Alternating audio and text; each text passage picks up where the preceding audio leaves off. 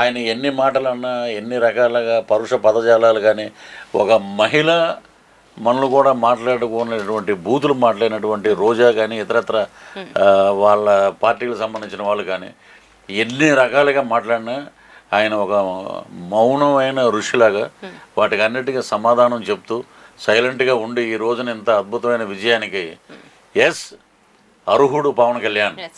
ఇప్పుడే మోడీ గారి మీటింగ్లో కూడా ఇప్పుడే పార్లమెంటు ఇది మీటింగ్ జరిగితే కూడా మేరే సాత్ పవన్ హై అని అన్నాడు ఆయన బహిరంగ సభలో.